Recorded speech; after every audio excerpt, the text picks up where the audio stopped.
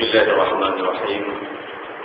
الحمد لله رب العالمين، والصلاة والسلام على أشرف الأنبياء والمرسلين وعلى آله وصحبه أجمعين.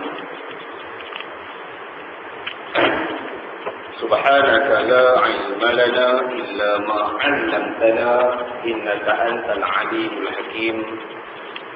قولوا رب اشرح لي صدري ويسر لي أمري واحلل عقدة من لساني يفقهوا قولي.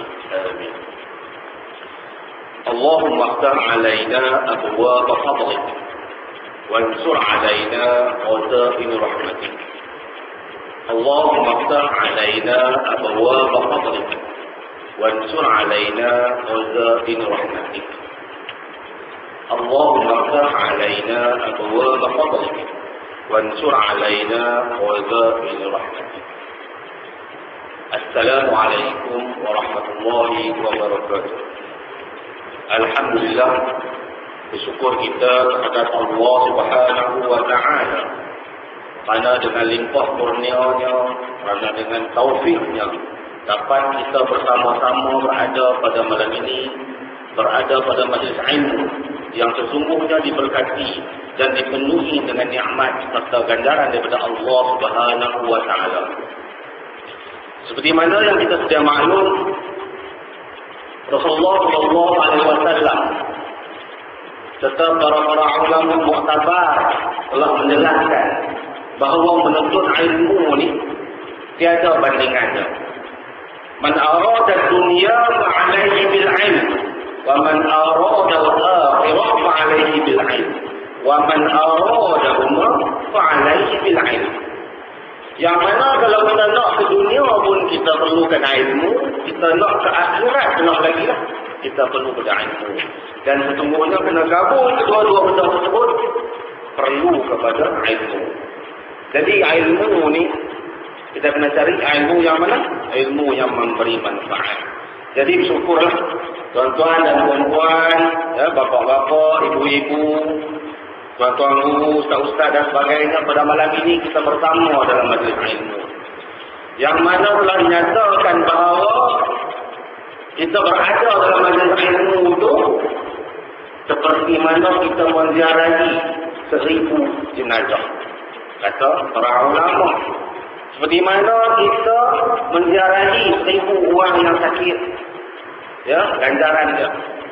Ya, nikmat yang akan kita dapat berada pada majlis-majlis ilmu. Ya, Allah Ta'ala menurunkan malaikat berada di tepi-tepi pintu musalla, masjid dan sebagainya. Kita menerima hadiah rizim ganjaran tersebut. Dan kalau mana kita melangkah masuk ke dalam masjid, musalla dan sebagainya untuk berada pada majlis ilmu, itulah kepentingan ilmu. Jadi waktu saya belajar dulu, ya, guru saya, kalau ada pembacaan kitab, kan, kalau ada memang selalu ada, dia panggil semua, duduk dalam musalla, dia urai kitab. Nak lena pun tak apa. Ada semua kawan-kawan kita, dia memang penyakit. Ya, guru mengajar, siapa mengajar, bukan kita kata dia memang penyakit, bukan dia penyakit. Dia jenis lena, tak payah marah. Jadi tu guru kita tak marah. Sebab berada dalam majlis ilmu tersebut, dia dah dapat ganjaran dia. Ya, dia dapat ganjaran dia. Jadi main nak lena pun kita tak marah. Tak main tu kita marah. Tak main kita marah. Mungkin tak dapat lagi taufik dan hidayahnya. Ya. Jadi pada malam ini saya dijemput. Jadi kita bersembang-sembang lah. Saya tak ada lagi kitab saya untuk dibaca. Ya. Jadi kita bersembang, kita cakap di mana Rasulullah sallallahu alaihi wasallam, seperti hadis daripada Rasulullah sallallahu alaihi wasallam, khairun nas anfa'u lin-nas. Ini hadis tersebut. Yang mana Rasulullah sallallahu alaihi wasallam menyatakan sebaik-baik manusia khairun nas anfa'u lin-nas. Yang mana manusia yang memberi manfaat kepada manusia-manusia yang lain. Jadi tuan-tuan di sini, pelbagai latar belakang dan sebagainya, adalah orang yang akan memberi manfaat kepada mereka-mereka yang berada di luar sana. Itu yang kita mau. Kenapa? Kullukum ra'in wa kullukum mas'ul ar-ra'iyah. Mas'ul, you have responsibility. Whatever we have, we do share with other people. Kita kena ingat. Apa benda yang kita ada, kita kena share dengan gerombolan manusia-manusia yang lain yang berada di luar sana. Jadi kita perlu jadi anba'ul linnas, orang yang biasa memberi manfaat kepada manusia yang lain. Jadi pada malam ini saya nak kupas tajuk satu isu yang kadang-kadang kita nampak remeh, yang kadang-kadang kita buat tak tahu, tapi benda ini cukup berat. Yang mana Ibnu Mas'ud telah bertanya kepada Rasulullah sallallahu alaihi wasallam, "Ya Rasulullah, apa benda yang paling penting dalam kehidupan seorang muslim itu?" Jadi Rasulullah sallallahu alaihi wasallam nyatakan yang pertama, saya rasa tuan-tuan lebih arif lah. Yang pertama apa dia? Menunaikan solat pada ketika waktunya.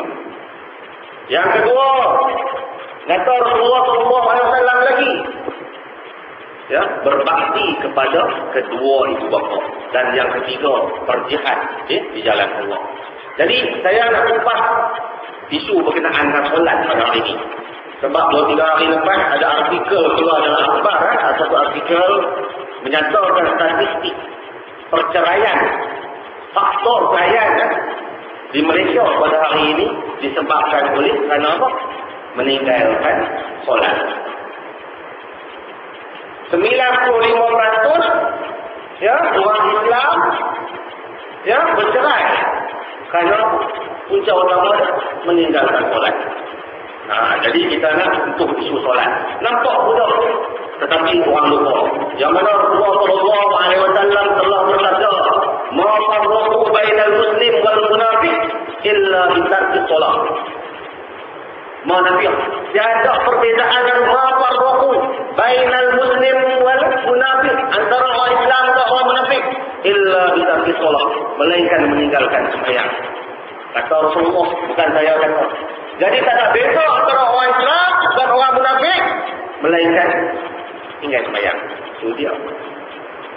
Dan kata Rasulullah lagi, dan kata sabda Rasulullah sallallahu alaihi wasallam lagi, orang munafik itu Muslim, Islamnya di luar, tetapi di dalam dia adalah kafir. Kata Rasulullah sallallahu alaihi wasallam, na'udzubillah min dzalik. Jadi kita tak mahu ya, sembahyang. Tak mahu sebab sembahyang ini kita permudahkan. Sedangkan Rasulullah tekankan ya, dalam hadis baginda, "Murus sabi bis salat idza balagha 7 sinin wa idza balagha 10 fadribuhu 'alayha." Rasulullah tekankan, tak kalau mana anak kita telah berusia 7 tahun, suruhlah anak anda bersembahyang. Kalau tak nak juga, kata Rasulullah, fadribuhu 'alayha, pukul dia, memberi peringatan kepada dia. Tapi kita sudah maklum, di Malaysia terutamanya sekarang ini bukan 7 tahun dah. Kita dah nampak 2 tahun. Ya, 2 tahun.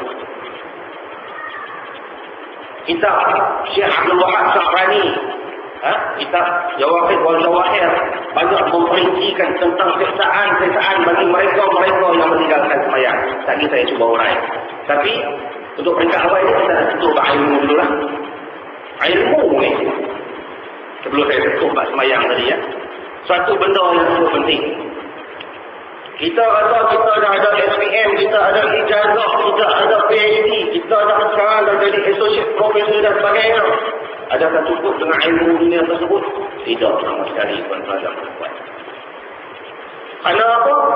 Kerana ilmu akhirat, ilmu yang mana selalu disampaikan oleh para ulama, ustaz-ustaz dan sebagainya, ilmu tersebut akan menjadi pedoman kepada kita tatkala mana kita akan sampai di medan mahsyar nanti.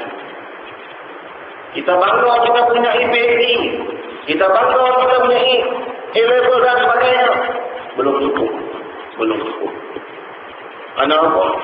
Kerana ilmu dunia ini hanya sokongan kepada ilmu akhirat yang kita gelut nak kita cari. Ya, ini ada satu kisah.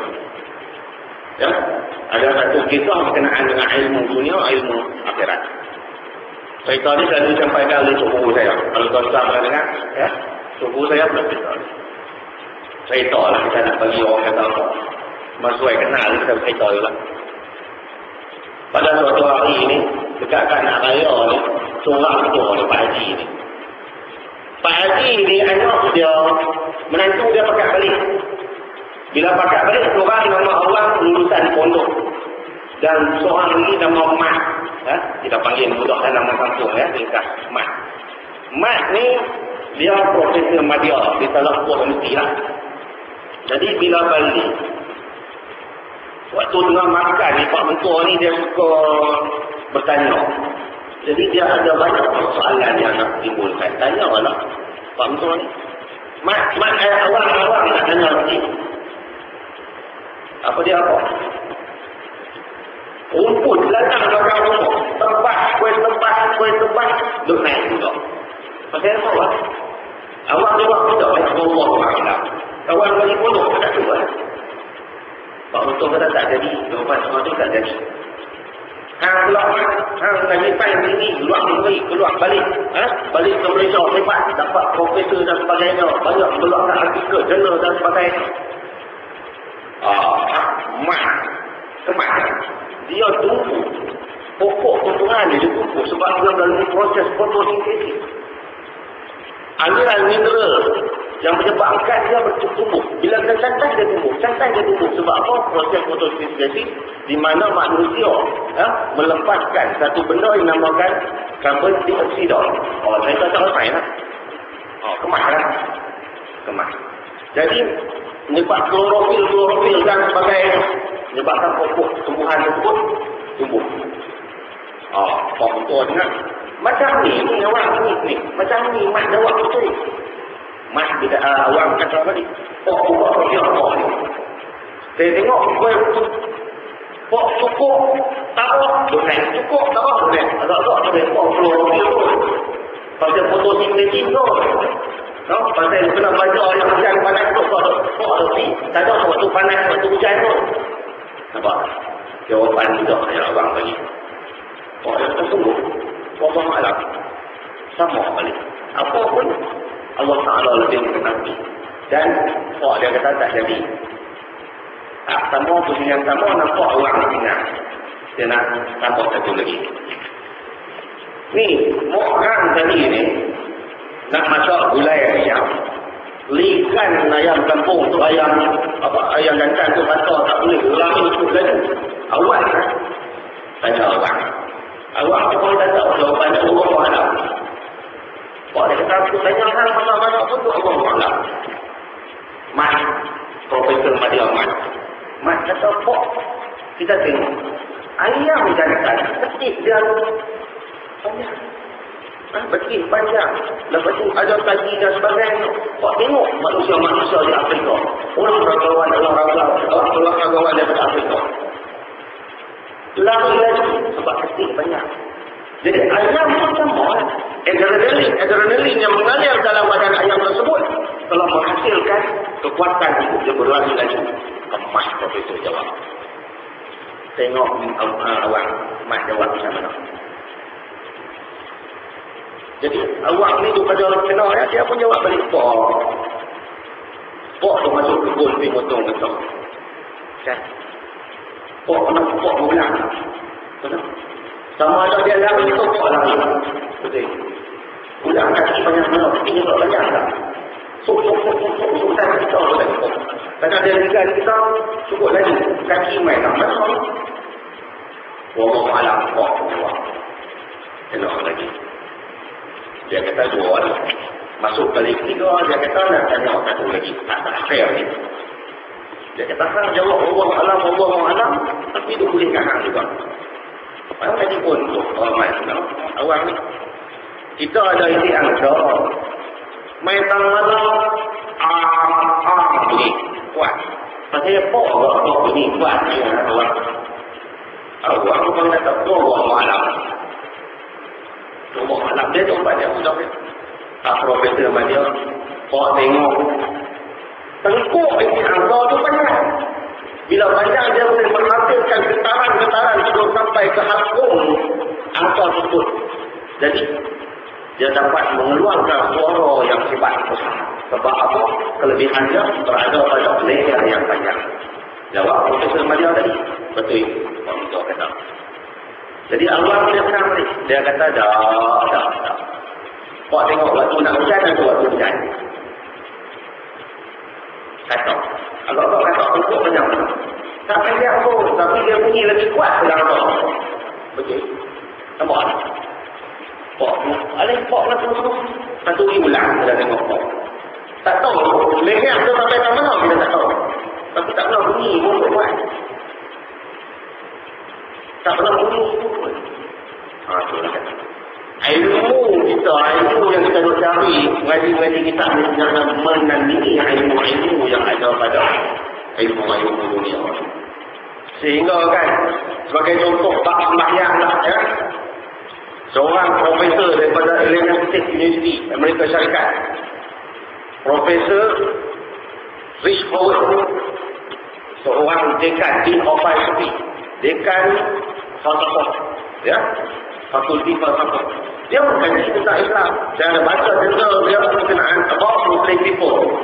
Dia mengkaji tentang solat, ya, tentang cara ibadah agama-agama di dunia. Tetapi dia terpukul dengan agama Islam. Tengok seorang yang berpendidikan barat, yang bukan beragama Islam, terpukul dengan cara kita bersembahyang. Itu saya kata kecepatan yang ada. Dia kaji, dia tak lupa lagi. Tetapi dia mengatakan penuh dengan kebaikan. Senaman-senaman yang hebat berada tak mana kita beribadah, tak mana kita berkiar, rukuk, sujud dan sebagainya. Penuh dengan kehebatan-kehebatan. Orang barat dia nampak. Sebab itu kalau kita nampak yoga, tai chi dan sebagainya, mereka menipu cara ibadat kita. Tetapi lakukan dalam bentuk real. Kita tengok yoga. Dia memerlukan kekusukan juga. Ya, kekusukan waktu mereka buat yoga dan sebagainya. Tetapi tak sama, kata Profesor Rich Howard tersebut, tak sama dengan cara ibadat orang Islam. Tu, orang tua, orang barat boleh kata kita hebat, kita bagus, tapi kita tak mau sayang. Ya, tak mau sayang. Jadi kita nak pesan, kita nak pesan, terutama yang bab sembahyang, kita jangan leka lah. Jangan kita buat lepas tangan tentunya. Kenapa? Di mana yang saya nyatakan tadi, Rasulullah SAW telah menyatakan. Ya. Satu lagi riwayat oleh Jabir radhiyallahu anhu, inna baina rajuli wa baina syirki wal kufri tarkat salat. Sesungguhnya sepadan seseorang muslim dan syirik itu ialah kafir, yakni tarkat salat, meninggalkan sembahyang. Rasulullah telah menjelaskan dalam berbagai hadisnya, hadis-hadis mutawatir yang sampai kepada kita, menjelaskan tentang sembahyang. Tinggal dalam kitab Al-Waqi'ah wal-Jawahir pula Rasulullah SAW telah menyatakan bahawa ada 15 siksaan yang akan kita hadapi kalau kita melewatkan sembahyang, meninggalkan sembahyang pulang lagi. 6 bentuk siksaan dinyatakan oleh Rasulullah ketika mana kita berada di dunia. Hidup kita dah ada 6 siksaan. 6 bentuk azab yang kita dapatkan. 3 siksaan ketika mana kita nak mati. 3 siksaan ketika mana kita berada dalam alam barzakh, yakni kubur. Dan 3 lagi siksaan tatkala mana kita berada di mahsyar nanti. Itu ada 15. 6, 3. Ya. Kita dulu cari dunia, kita dulu cari harta dunia sampai kita lupa tentang sembahyang. Kafir. Bukan baik. Bukan, tak ada lagi fatwa daripada ulama-ulama muktabar kerana ya, yang lain kata bukan kafir. Kafir kata Rasulullah, tidak atas sembahyang. Maka Rasul bainal muslim wal munafiq illa bi tarki salat. Ya.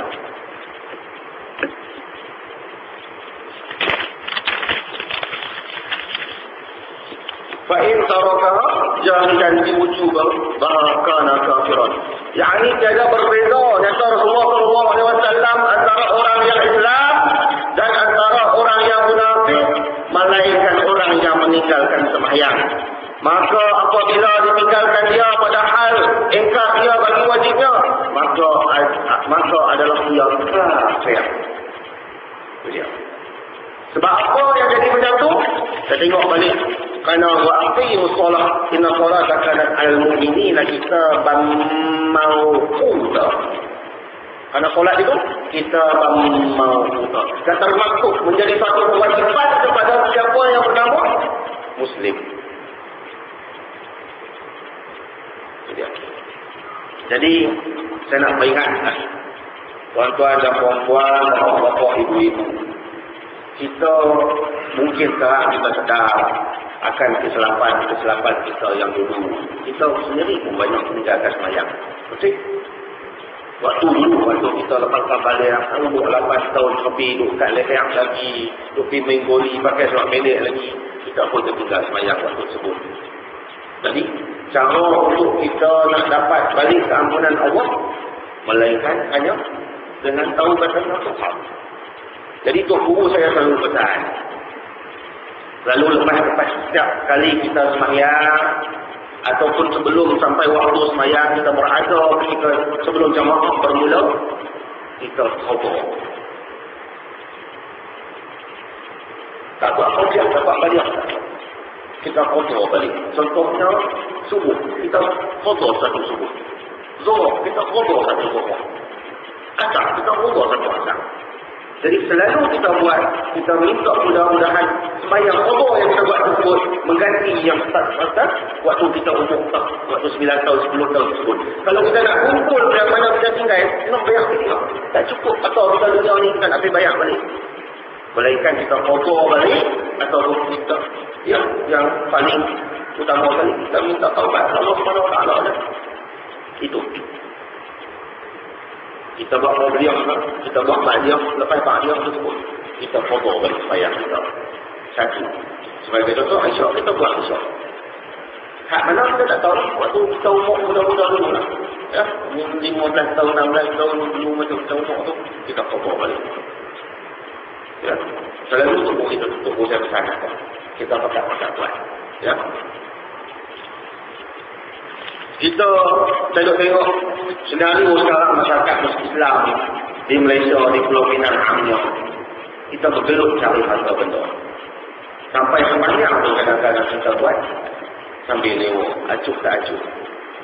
Pukul 6 pagi kita tengok, kadang subuh belum lagi, ataupun ketika mana muadzin pun memandangkan azan, berdebu motor, kereta, van dan sebagainya, gelut nak kerja. Ya, kawan-kawan kita tu takutkan majikan lebih daripada Allah Subhanahu Wa Taala. Bila tanya sebab apa gelut sangat, takut paskat merah. Takut paskat lagi daripada takut siksaan Allah Subhanahu Wa Taala. Ya, ini ada satu kisah lagi. Diceritakan oleh para alim ulama dululah.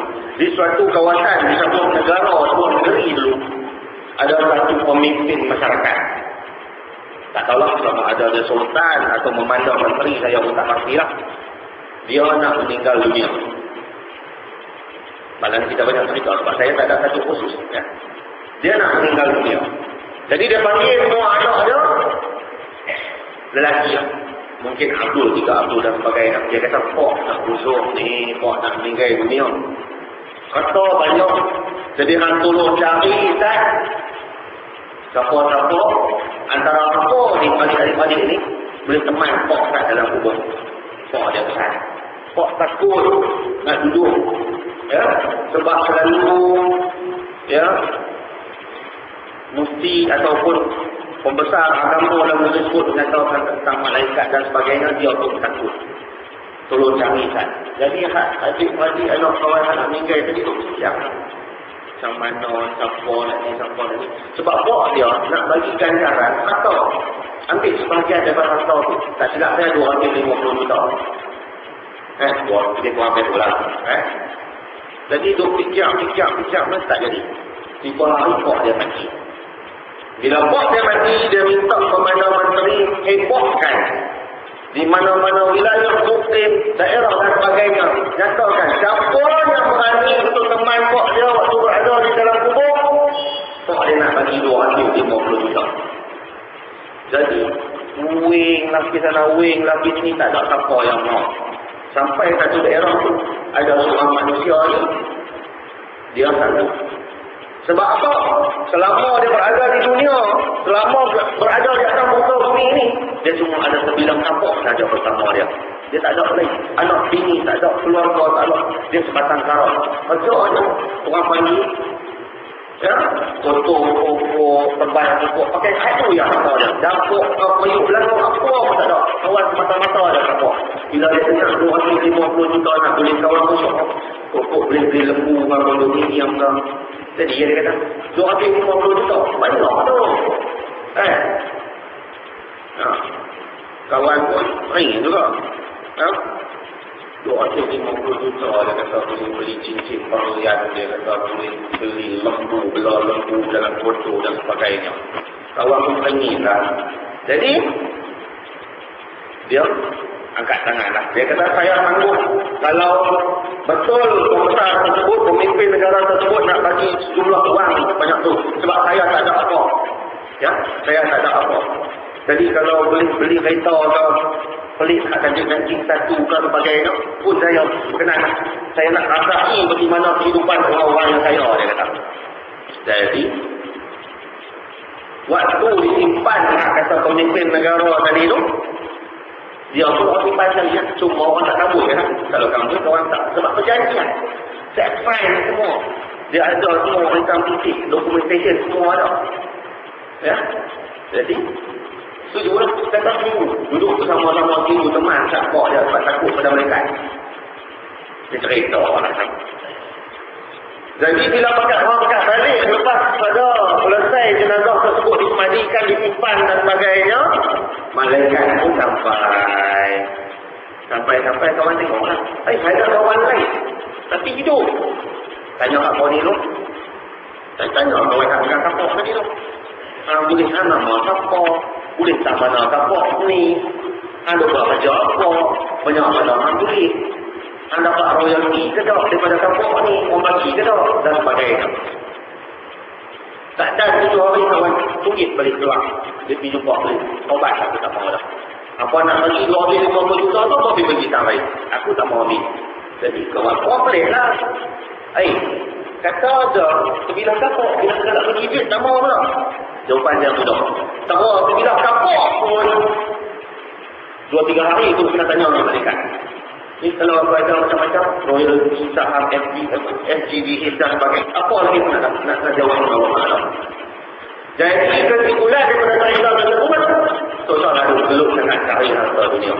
Tapi hak mana ala kadar untuk kita, keperluan untuk kita, beribadah untuk kita, ya, melakukan kerja-kerja soleh untuk kita, macam saya kata tadi, untuk memberi manfaat kepada gerombolan masyarakat yang lain. Ya. Takkan kawan ada sebilah kapok pun tak berani. Weh, dia kata malaikat tanya dia macam-macam.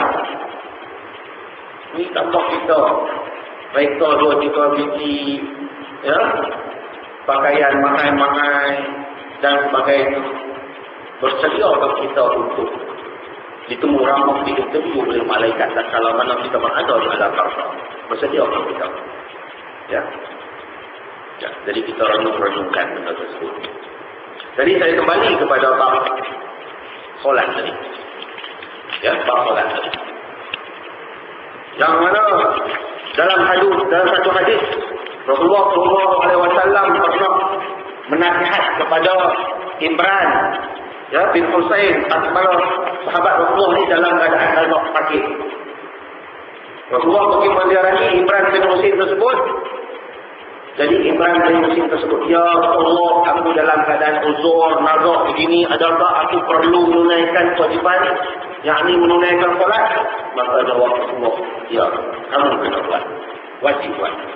Sallu qa'iman fa in lam tastati' fa qa'idan fa in lam tastati' fa 'ala janbi, kata Rasulullah sallallahu alaihi wasallam.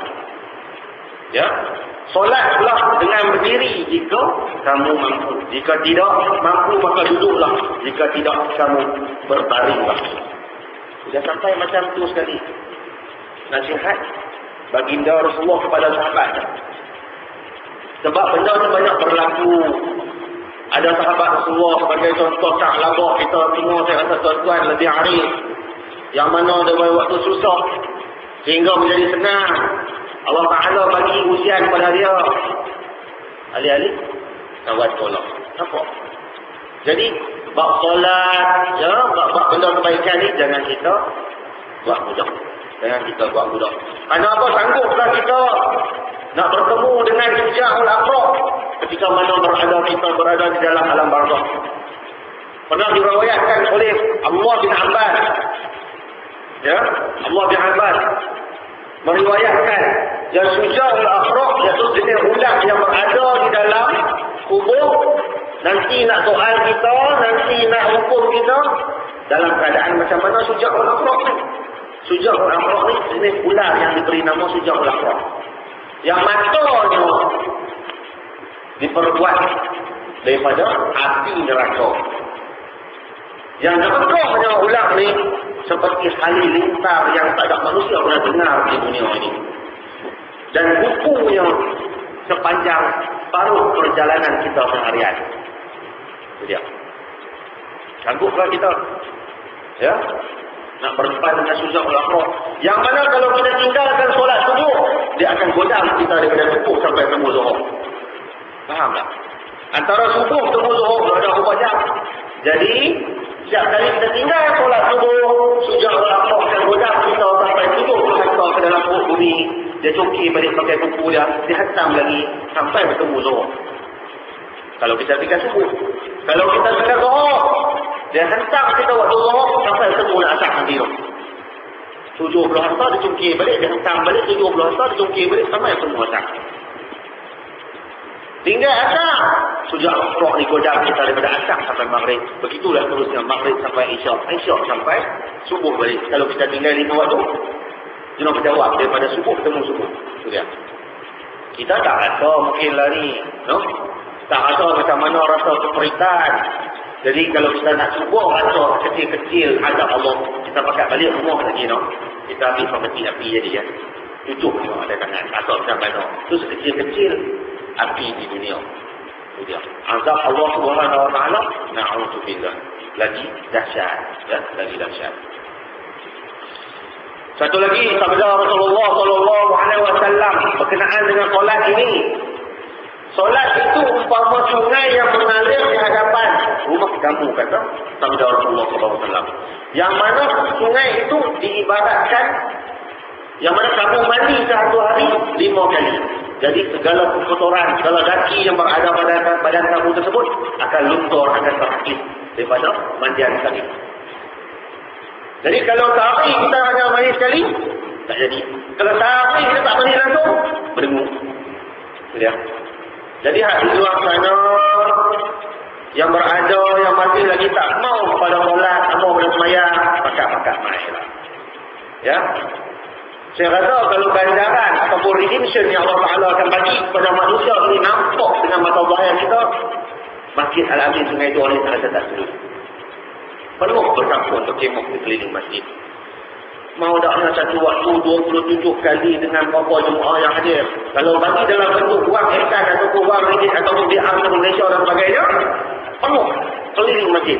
Tetapi kita tak nampak ganjaran-ganjaran tersebut. Allah Ta'ala uruskan. Tunggu. Kita bagi tak kala mana kita berada di alam mahsyar, ya, hari kiamat kelak. Kita nak review segala ganjaran tersebut, tunggu saja. Saya rasa kalau bagi ganjaran tersebut nampak dengan mata zahir dalam bentuk ganjaran wang ringgit, kebendaan, material dan sebagainya, tak penuh, tak selit masjid ni. Penuh buat jalan tu orang pakai semayang.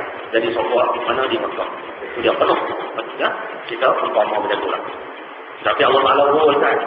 Oh Ustaz, nak tengok ketegaran Allah mana makhluk yang bercipta ni. Jadi saya nasihatkan yang berada di luar sana, yang rempit, tinggalkan rempit tu kan. Yang suka duk main gitar, buang-buang waktu azan, waktu muazzin melakukan azan, mati tak, pakat main semayang. Kalau takut sangat gitar tu hilang, main tak kat sebelah imam. Ingat itu dulu, semayang, habis semayang ambil gitar tu balik, pilah ke rajin. Tak ada masalah. Aduk tarik, buat kopi canai, buat kopi dan sebagainya, tinggalkan. Sebab semua rezeki yang kamu dapat ini adalah daripada Allah Subhanahu Wa Taala. Yang menjaga di masa malam, selalu saya nampak waktu kuih maghrib, waktu kuih satu-satu, waktu tersebut tiba, lagi kuih ramai. Tak masalah. Mereka lupa pun yang rezeki yang mereka dapat itu semuanya berpunca daripada Allah Subhanahu Wa Taala. Tak ada mana makhluk, tak ada mana pemimpin, tak ada mana siapa yang dinamakan makhluk ini yang boleh memberi kecuali Allah Subhanahu Wa Taala. Itu dia. Apa yang jatuh sekali. Tak mau bayar juga. Jangan duk sedut dah nyawa oksigen yang Allah Taala bagi ni. Balik pekuk buang hidup. Itu dia. Sebab apa benda sayang ni, ya, bukan satu benda yang boleh dipermain-mainkan. Sebab apa benda yang pertama diberi keutamaan oleh Rasulullah bagi Rasulullah. Benda yang pertama diberi keutamaan. Tunaikan solat dulu, tak kala mana masuk waktunya. Itu Rasulullah nyatakan. Jadi kita kena buat. Susah sangat kan? Hari pertama main duk belajar. Hari ini kita sembang. Ni cara sembang saya lah ni. Cara saya sembang. Kalau saya kita lain. Ni cara saya sembang. Ya. Jadi kita kena beringat. Yang mana responsibility, tanggungjawab yang kita dapat, Allah Ta'ala nak tanya. Ya? Allah Ta'ala nak persoalkan kepada kita. Jadi, selagi usia kita masih ada ini, ya, kita tengok pada satu hadis daripada Abi Abdurrahman Abdullah bin Umar al-Khattab radhiyallahu anhu. Nabi sallallahu alaihi wasallam qala, "Inna Allah 'azza wa jalla yaqbalu taubatal 'abdi ma lam yuqarqir." Riwayat Tirmizi.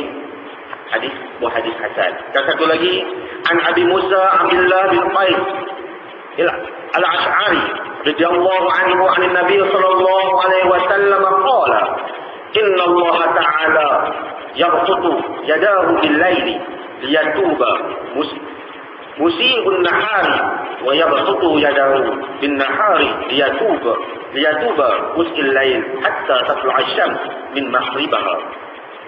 Daripada Abu Abdurrahman Abdullah bin Umar bin Khattab radhiyallahu anhu, daripada Rasulullah sallallahu alaihi wasallam, beliau bersabda bahwasanya Allah Azza wa Jalla menerima taubat seseorang hamba selama rohnya masih belum sampai ke halqum, yakni kerengkung.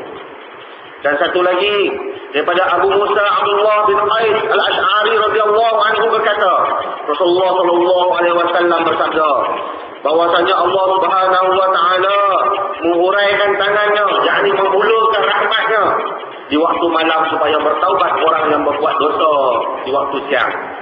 Dan Allah menghuraikan, yakni menghulurkan tangan, yakni rahmat Allah di waktu siang supaya bertaubat orang yang berbuat dosa di waktu malam sehingga matahari terbit daripada tempat tenggelamnya.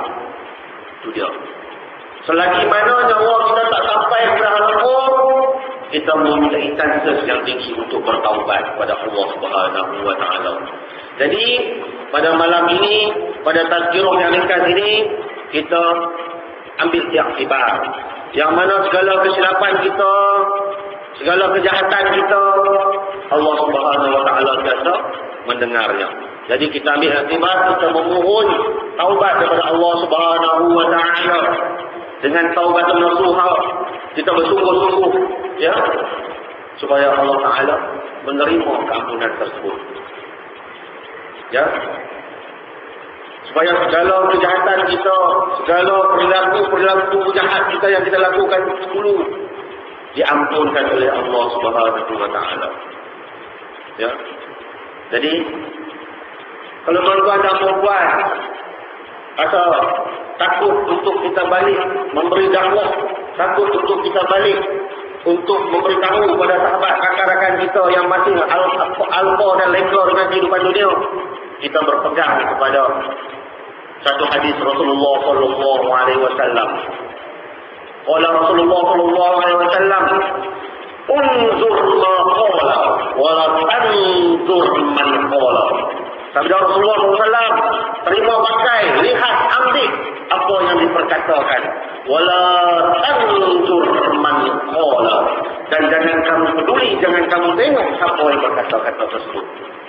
Jadi kita ambil benda yang dijelaskan oleh Rasulullah ini. Jadi kita kullukum ra'in wa kullukum mas'ul ar-ra'iyah. Jadi kita bertanggungjawab. Tuan-tuan di sini, Tok Bilal, JKK, Tok Siok, Tok Imam dan sebagainya masyarakat, ya, JKK dan sebagainya yang ada di dalam Tariq Sungai Dua terutamanya, kita punya responsibility, kita diberi tanggungjawab. Jadi kita balik, kita pakai tunaikan dengan tanggungjawab kita tersebut. Kita pakai ajak kawan-kawan kita yang mungkin tak dapat information. Terbaru saya tengok di dalam internet, seorang yang dulu kerjanya mencacah tatu, yang tulis tatu kat badan orang, tetapi dengan hidayah dan taufik daripada Allah, kawan dia jadi syekh besar dalam ni. Syekh Abdullah Takasawa daripada Jepun, kerana hidayah Allah Subhanahu Wa Taala, dia seorang pencacah tatu kepada, bukan cakap melukis tatu kat orang mereka, kepada mafia-mafia Jepun ataupun lebih sekali sebagai tuan-tuan lebih arif terhadap, ya, apa nama apa kumpulan apa tu kalau di Jepun ya, saksi ni tu saya tu saya pernah jadi syekh besar di Jepun tadi. Dia dapat hidayah Allah tak kalau dia mendengar azan, kemudian dia pergi menunaikan haji. Di sana dia menuntut ilmu dengan para alim ulama, di sana di Mekah, dan akhirnya dia balik setelah 10 tahun lebih kurang dia berada di Mekah, dia balik menjadi seorang ulama yang besar di Jepun. Hidayah Allah Ta'ala. Jadi kau setakat tidak kata aku tak boleh lah kawan aku waktu dia tak buat. Tak boleh. Bertegas sungguh. Orang yang hebat lagi jahat dia Allah Ta'ala boleh lebutkan. Ni kawan-kawan kita kan. Dua ada sama kita lah. Jadi kita boleh ajak dia pelan-pelan, ya, ajak dia main sembahyang, ya, ajak dia sembahyang. Sebab ajak dia main datang ke musola, kerana musola dipenuhi dengan haruman, ni'mat, dipenuhi dengan ganjaran. Dia kita putih. Lalu kita buat pertandingan training-an, ya, mencari harta karun dan sebagainya kita tengok. Jadi kalau dinampak dengan mata zahir, penuh dengan harta karun di dalam musola ni, dalam masjid ni. Tapi Allah Ta'ala tak ingin nampak satu dulu. Dia sampai macam tu sekali. Jadi saya rasa cukuplah, ya, pada malam ini kira peringkat saya. Jadi yang baik itu datangnya daripada Allah Subhanahu Wa Taala, dan yang buruk itu datang daripada kejahilan ilmu yang ada pada diri saya. Bismillahirrahmanirrahim. Allahumma ftah alaina futuhal arifin بحكمتك وانشر علينا من فضلك برحمتك وذكرنا ما نسينا وعلمنا ما جهلنا برحمتك يا ارحم الراحمين. الله اجعلنا هادين مهتدين غير ضالين ولا مضلين حربا لاعدائك وسلما لاوليائك نحب بحبك من احبك من الناس ونعادي بعداوتك من خلفك من خلفك. وصلى الله على سيدنا محمد وعلى اله وصحبه وسلم. سبحان ربك رب العزة عما يصفون وسلام على المرسلين والحمد لله رب العالمين. تقبل الله منكم.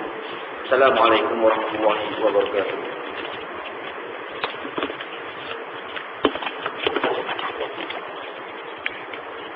Terima kasih mengucapkan terima kasih kepada Ustaz Fakhruddin yang sudah hadir kepada kita ini bagi kita untuk yang masih berada di Indonesia. Dan insyaAllah pada malam itu